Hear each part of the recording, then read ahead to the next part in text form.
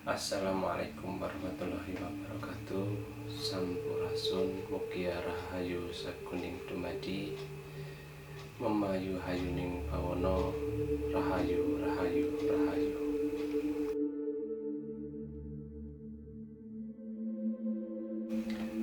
Setelah itu Busono tiba-tiba lenyap. Kemudian Ki Sabdo merapikan si BK tersebut lalu diletakkan di atas lemari lagi sambil berpikir apa yang harus dilakukan. Kemudian besok malamnya pukul 00 Busono datang lagi. Busono menunggu di teras, kemudian Pak Sabdo menghampiri dengan membawa secangkir teh hangat untuk barangkali Busono bersedia minum teh. Namun seperti dugaan Pak Sabdo, Busono menolak. Kemudian dia bercerita bahwa dia sudah nggak bisa makan minum seperti manusia lagi. Makan minumnya adalah darah binatang, bukan darah manusia ya, darah binatang di mana aja yang dia ketemuin.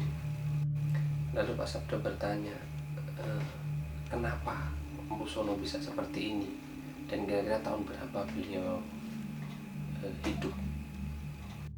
Busono menjawab bahwa dia kira-kira hidup sekitar 1400 tahun yang lalu, dan dia waktu di zamannya termasuk orang yang digdoyo mandraguna, sakti mandraguna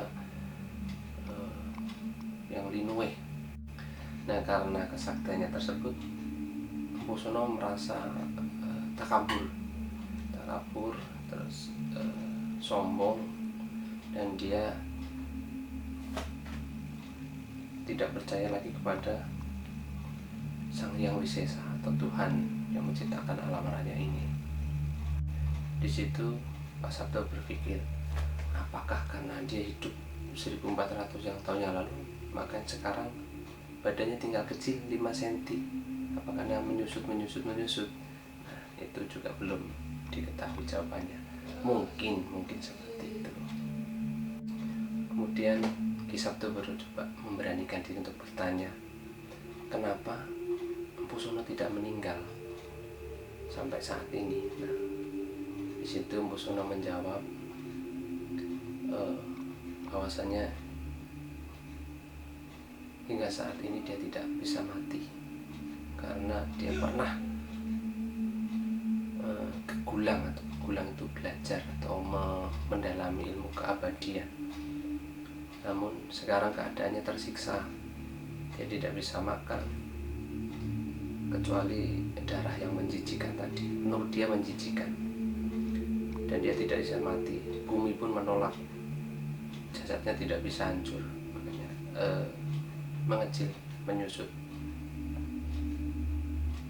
Nah, menurut beliau semua ini karena sudah menjadi karma dari Sang Hyang Suksma atas semua kesalahannya yang teramat berat mengingkari Sang Hyang Sukma dengan ke Gulang atau belajar ilmu keabadian.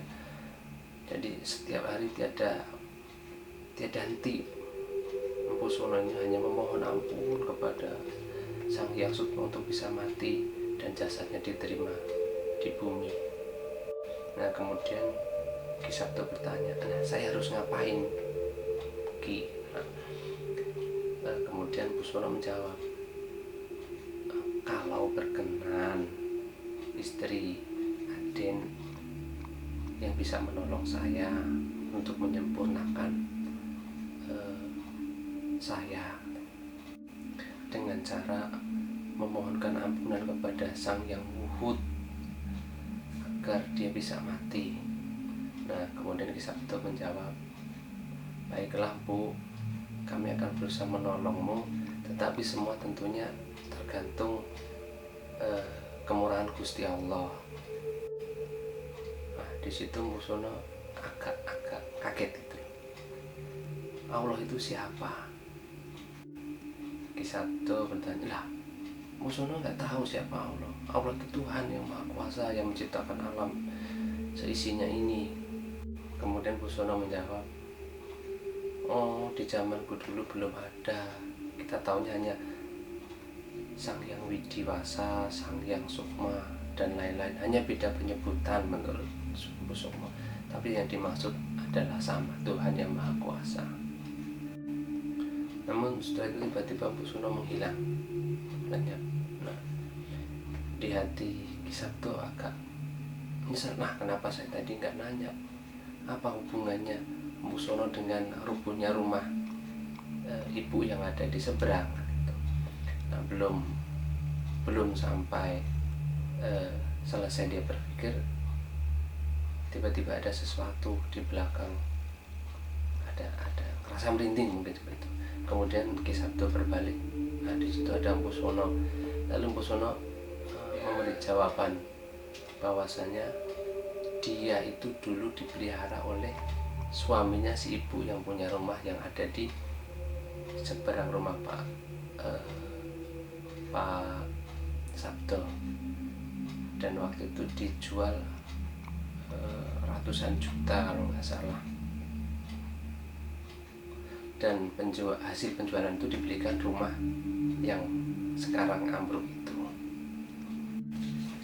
Kemudian si istri Ki Sabto sudah meracik menyiapkan segala ukirampe untuk penyempurnaan si Bathara Karang tersebut.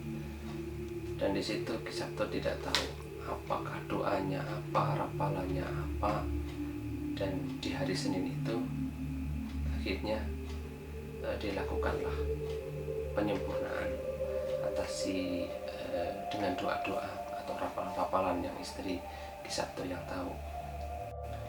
Kemudian waktu hari Rabunya, saat Ki Sabto ada di tol ke arah daerah Bintaro, di situ didatangi lagi si Mpu Sono, dan dia berpamitan bahwa nanti hari Sabtu Pahing Mpu Sono sudah akan pergi. Nah, di sinilah dia berpamit. Di situ Ki Sabto berpikir, mungkin doa penyempurnaan kemarin sudah berhasil, jadi Mpu Sono sudah diterima untuk melakukan perjalanan ke fase berikutnya.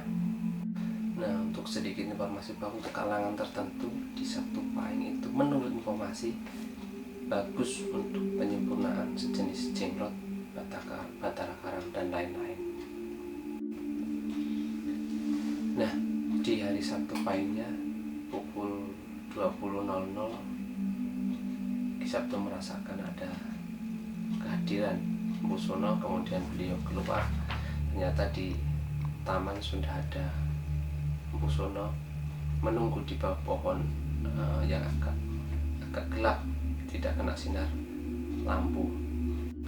Di situ Mpu Sono berpesan bahwasanya, "Nak, apabila nanti kamu jadi orang yang sakti, yang pinunjul, yang linuwih, seberapapun kesaktianmu, hendaklah jangan sampai lupa tidak mengakui keberadaan Gusti Allah." Nah, di pesan beliau ini beliau sudah menggunakan kata Gusti Allah, karena yang sebelumnya dia menyebutkan Sang Hyang Widi, Sang Hyang Wuhud, dan lain-lain.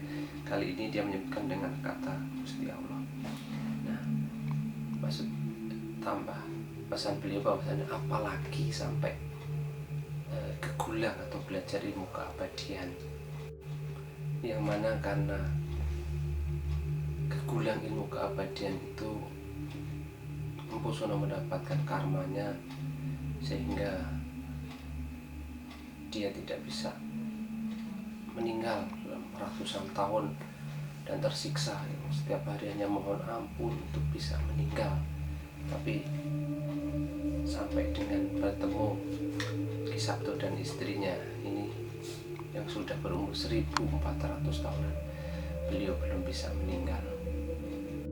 Di sini Ki Sabto bertanya, apakah dengan ini berarti Mpu Sono sudah selesai urusannya? Ternyata menurut beliau belum. Untuk bisa meninggal aja ini sudah kanugrahan, katanya. Sudah sangat beruntung sekali lah gitu. Jadi untuk bisa meninggal, untuk bisa mati ini aja sudah suatu keanugerahan menurut Mpu Sono. Dan kelak beliau belum tahu bagaimana nasibnya, karena di alam sana tetap dia harus mempertanggungjawabkan apa yang dia lakukan di alam dunia waktu itu 1400 tahun yang lalu. Dan satu pesan lagi dari Mpu Sono bahwasanya cerita orang-orang itu bahwasanya Batara Karang bisa menggandakan uang dan lain sebagainya itu sebenarnya tidak benar, karena keadaan mereka sendiri tersiksa saat itu. Saat menjadi sebuah bata karang mereka itu tersiksa, itu siksaan. Namun menurut beliau ada beberapa yang tetap nggak iling, nggak sadar, masih mau dipelihara oleh manusia, dan dia menuruti permintaan manusia hanya untuk mendapatkan makanan setetes dua tetes darah tersebut.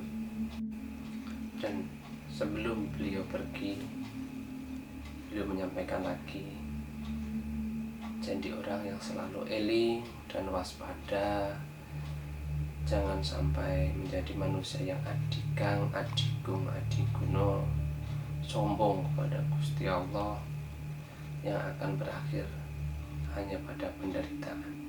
Dan perlu diingat bahwa bisa meninggal itu adalah suatu keanugerahan yang sangat luar biasa.